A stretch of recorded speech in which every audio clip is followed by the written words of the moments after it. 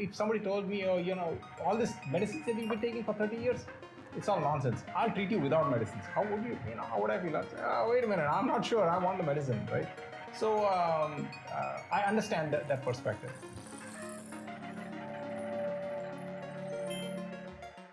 Hi, welcome to the first edition of Circee Health Pod. This is our exciting new podcast where we will tell you about new and upcoming developments in the lifestyle medicine field, which I will explain in just a little bit. And hopefully you'll enjoy the friendly banter between this guy and myself. We'll have some exciting guests and various other surprises to come. So stay tuned. But for today, let's get started.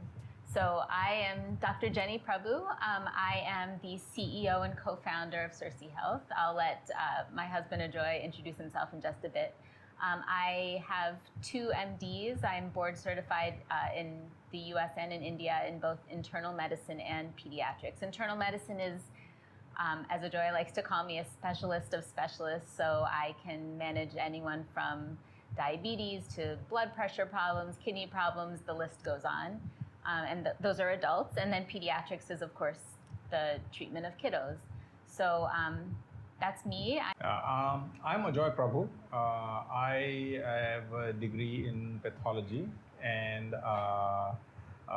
I also have several other, ancillary degrees, you can call it. I studied epidemiology at Johns Hopkins, and then I went back to business school and got my MBA also from Maryland.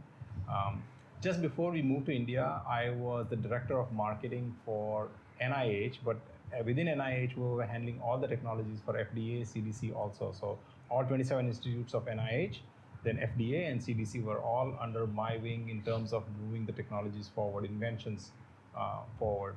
And just before we moved again, I was also part of the White House, and I was helping them take all the data sets for all kinds of technologies and push it to the public so that it's easier for public to understand what those things mean.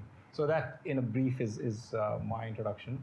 And since Dr. Jenny talked about lifestyle medicine, let me start the thing immediately with a question. So what do you think is lifestyle medicine? I mean, maybe people don't know what lifestyle medicine is because they're probably hearing it for the first time. Maybe you can tell them what lifestyle medicine is all about. Yeah, I mean, we're excited to kind of introduce the concept of lifestyle medicine to India. I think not many people practice that here. It's basically a new branch of medicine, just like cardiology or endocrinology, which is the study of diabetes and that sort of thing. So lifestyle medicine is basically kind of just how it sounds. So you're treating medical problems or preventing medical problems with lifestyle changes, oftentimes hand in hand with medicines, until hopefully we can take you off your medicines completely. That's the goal. So, I'll get more into the details of that. But in addition to people that have diseases already and we want to make you healthier, I also think an important part of lifestyle medicine is prevention. So a lot of our patients come to us and they say, hey, my mom has diabetes, my father died from prostate cancer, my brother has bad arthritis. How can I prevent this from happening to me? So we teach you how to do that as well. And the good thing is with both of our knowledges, we can treat kiddos to our oldest patient, which I'll talk about later, who's in his 80s now. All right, so now my question. Speaking of lifestyle medicine, can you explain a little bit about the history of lifestyle medicine? And since your specialty is the medical research and maybe some studies, but don't go into great detail. I'll try. This is for your sake. I'll try. So 1908, no, this is really true. 1908. So you were just a small boy then, right? Yes, I was a small boy then. 1908, there was a gentleman by the name of Mechnikov. And he discovered that the people in his village, the ones that ate pickles and anything fermented, they didn't die as fast as the ones that did not. And he was wondering about why this is the case, and maybe it's because of fermented food. He was kind of like thinking the fermented foods are good, and he was onto something very good. Now I'm going to fast forward to another 30 years and tell you about an actual experiment that happened in history itself, not in a lab, but actual history. So if you recall, those of who may have been alive at that time, I mean, certainly many of us were not. 1940 or so, Germany invaded Norway, and they took away all their livestock, their poultry, their beef, their chicken, their fish, everything. And then they said, you guys suffer because our German soldiers need to eat this stuff. So they took all this stuff away from Norwegians. But at that time, there was a very diligent Norwegian administrator that would keep track of all the deaths and the number of people that are living and number of people that were dying very diligently. And as days went by, the Norwegians started eating barley, wheat, potatoes, whatever they could find, they would eat. But unfortunately, they could not eat animals. They could not have dairy. They could not have eggs. None of that. They could only have vegetables. And Germans were happy that they got the meat, right? What ended up happening was, as years went by, this gentleman noticed that there is a drop in the number of people dying. So the longevity of people in Norway started increasing like crazy. So if that is not proof enough, what happened in 1944 is that Germany lost the war, and Norwegian got back all their stuff. They got back their lamb, their sheep, their fish, chicken, everything they got back. And they started consuming it. Guess what? As soon as they started consuming it, you can see their death rate go back down. Their death rate go back up, and their lifespan go back down. So it's a natural experiment that happened that shows you that actually plants help you live longer. Okay. Another example I want to give you, fast forward another 50 years, is 1998. There was a gentleman by the name of, Dr. Esselstyn. Dr. Esselstyn is a cardiologist, a cardiac surgeon, and he discovered, I think he's a cardiac surgeon, he discovered that he had some patients that who had arterial blockage in their heart, and for various reasons, this gentleman decided that I'm not going to take any medicines. So instead of giving him medicines, what he did was he started giving them plant-based foods. He prescribed plant-based foods to this gentleman. And this is the first actual case of, you can see the angiogram of completely blocked arteries in the heart, where the heart was not being able to pump properly. The muscles are all getting weaker and weaker as days went by. This patient went on completely plant-based medicine, and in 2 years' time, that artery is clean. There is actual evidence of this in scientific literature. If anybody is interested, email me and I'll send you that image where you can see the thing completely blocked, and 2 years later, completely open. This rarely happens with actual medicine. Now, you can correct me if I'm wrong, if that kind of an effect can happen in just with no medicine, using medicine. Using medicine only, no. Using a stent, yes, but obviously that's much more invasive. You want to tell what a stent is? A stent is basically like an angiogram, like Joy was talking about, and the cardiologist goes in through one of your... It's a pipe. It's a pipe. A pipe, yes. It's a pipe. Goes in through one of your major arteries and puts a little... Pipe. Yes, thank you. A little pipe, for lack of a better word.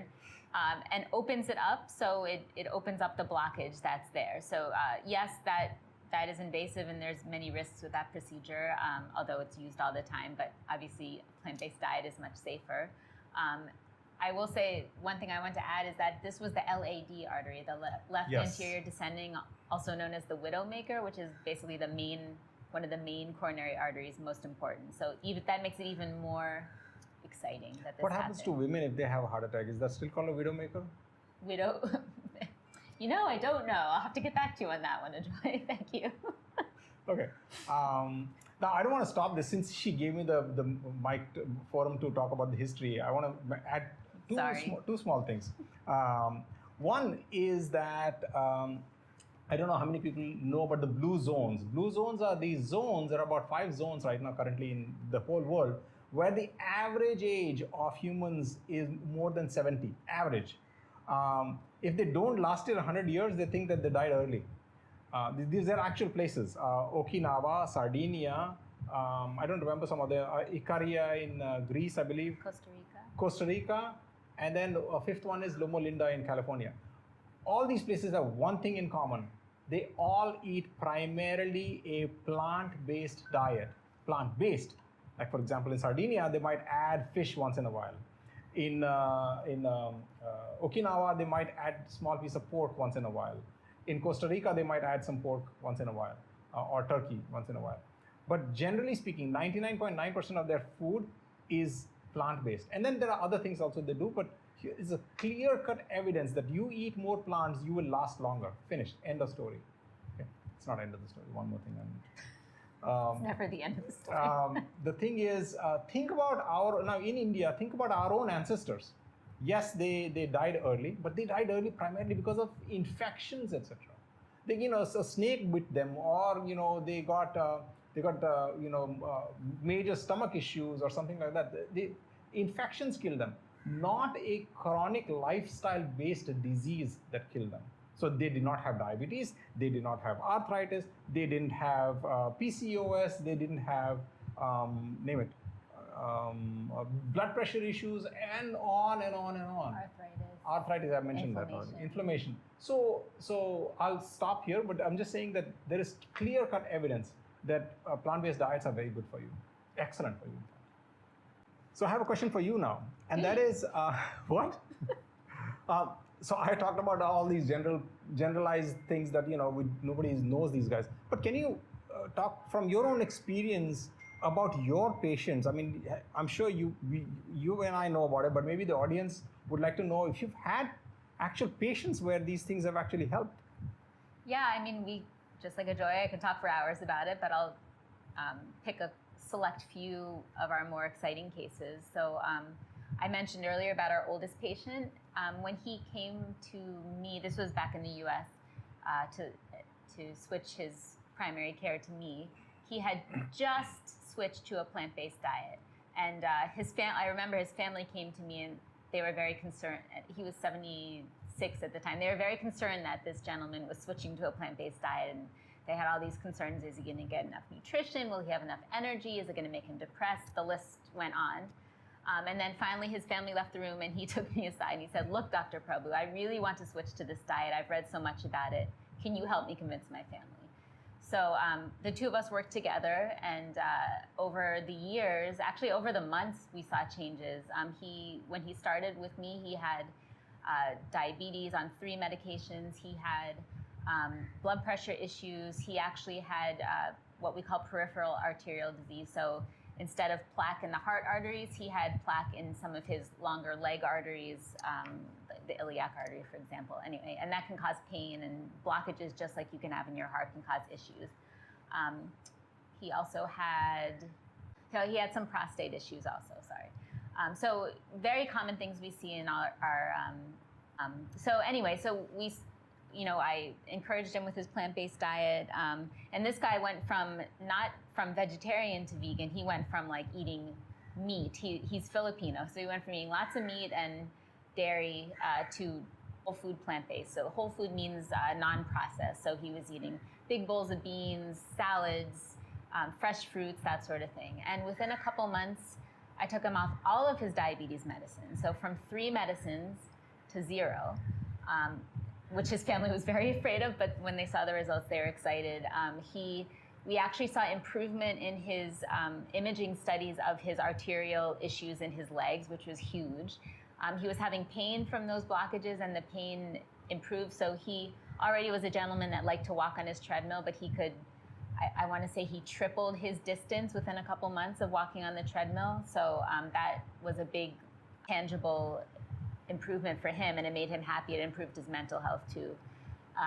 And his blood pressure medicine, I at the time before we moved, I wasn't able to take him off completely, but I did. He was on just a very small dose of 1 medicine. So huge changes. His pill burden, as we say in doctor world, was significantly reduced, and his mental health was happier. And I think I probably convinced his family to switch to a mostly plant-based diet. I remember his granddaughter particularly asking me. So he's probably one of our star patients, and he's still doing well now as far as I know.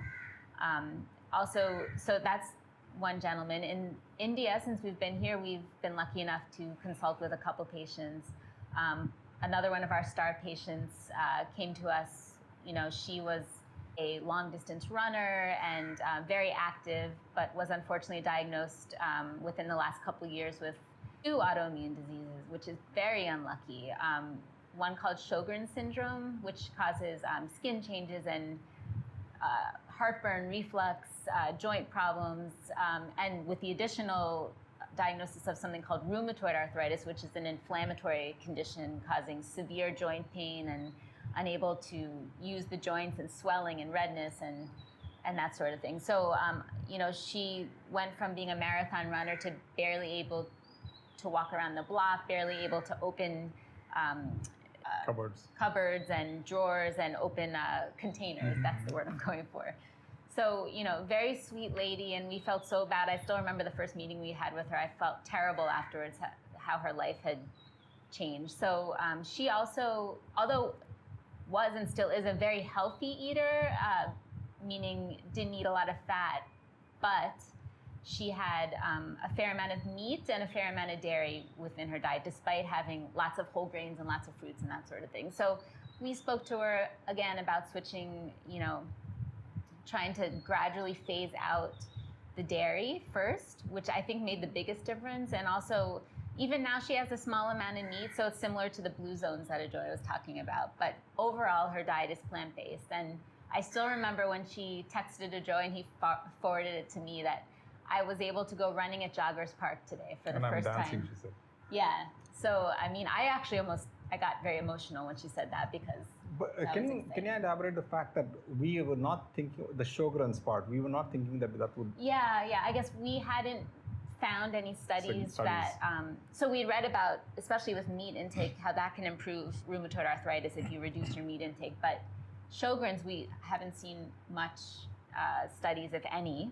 But she, our patient said, wow, I noticed that my heartburn is significantly better, if not gone away. And that's a big part of Sjogren's. Also, her skin changes improved and that sort of thing. So, we're really excited to hear that. So hopefully that has good implications for other patients, other autoimmune diseases that a plant-based diet can help.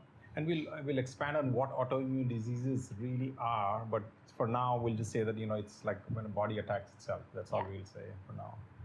As you can tell, we're excited to share our great results of our patients with you, and I'm sure you'll hear much more about them and more in next several podcasts.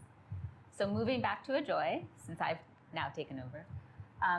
So you heard all these amazing results with a plant-based diet and with lifestyle medicine changes and so on. So how come people don't know about this? How come more doctors aren't recommending it? How come more people aren't going over to the dark side, so to speak? Yeah, I mean, I think what is when we tell people that we are trying to do this so that you don't have medicines, and we are trying to treat you without medicines, the first reaction is, this is just some BS. This is mumbo jumbo. You're just making money off of us, and that's pretty much it. So, it's a very dismissive attitude we get from people. And I don't blame them, because, if somebody told me, all this medicines that you've been taking for 30 years, it's all nonsense. I'll treat you without medicines. How would you, how would I feel? I'd say, wait a minute, I'm not sure. I want the medicine, right? So I understand that perspective.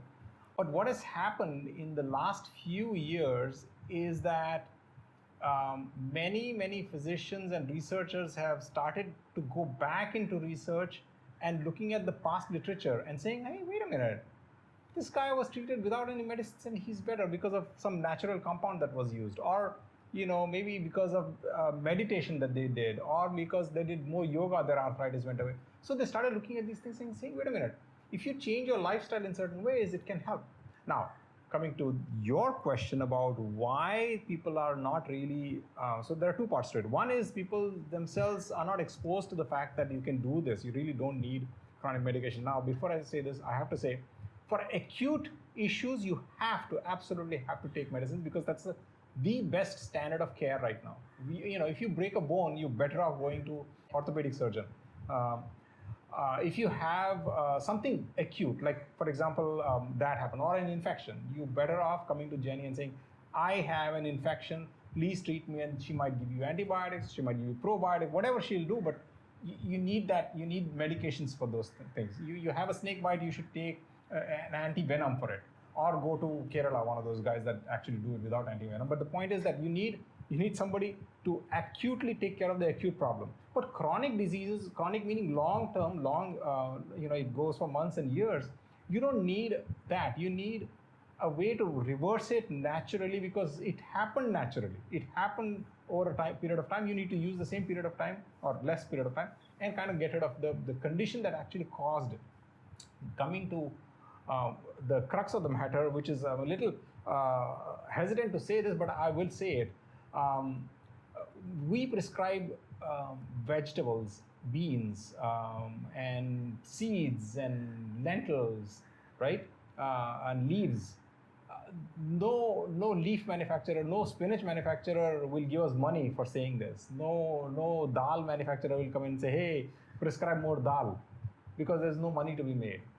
So you know where I'm going with this, right? So with medicines, what happens is, you manufacture it for X number of rupees, and you sell it for 100 times X. So there's a lot of profit margin in it. So pharmaceutical companies, I don't want to put a blanket blame on them, but I think for chronic diseases, they should take up some amount of blame, saying that they are cranking up the price and because in the name of profitability, they are screwing up the lives of people. That's a very strong statement I'm making, but I will. The third part now is that in medical curriculum, let me actually ask the doctor here. In the medical curriculum, did you have a course on foods, nutrition, yoga, meditation, mindfulness, etc.? We had a very brief, maybe one day delve into nutrition, and that's about it.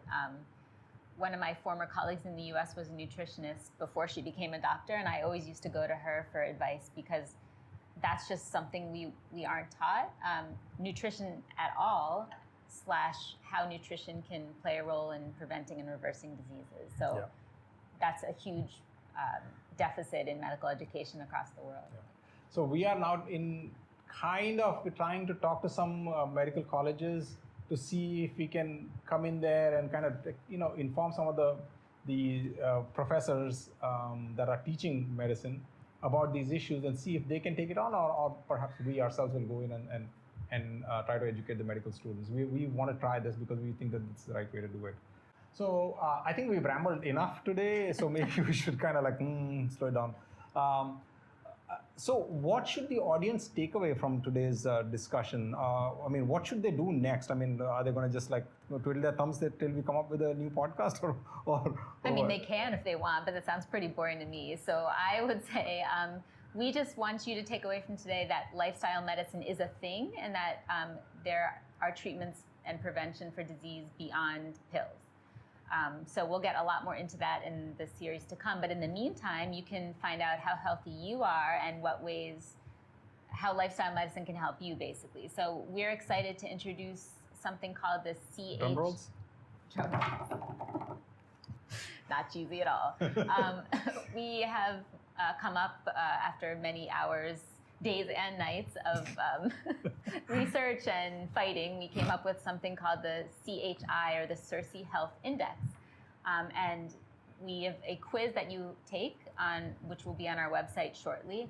And you can, a couple minutes, you can determine what your lifestyle factors say about your overall health.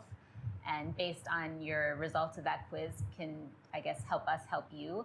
So it really is good insight for you, and maybe more questions and more subjects for our future podcasts. And also, coincidentally, on our website, we have another new baby of ours, non-human. It is called Tell Me at Circee Health. So just like when you want someone to explain something, you say, tell me. We will try to tell you various learning subjects related, again, to lifestyle medicine, not just plant-based foods, which I think we've talked about enough today, but there's many other aspects to lifestyle medicine. There's a whole learning portal on this part of our website. We'll have videos, we'll have master classes, we'll have question and answer sessions, we'll have leaflets, pamphlets, banners, okay. Mugs, whatever you want. We won't have mugs. Maybe in the future we'll have mugs. So that's there also. Yeah. And So those are the two up-and-coming things where you can become more informed and hopefully more insightful about your overall health. So we're excited about that. I'll stop rambling and turn it over to Joy. So thank you for giving the baton back to me. She gives it to me. I give it to you. So,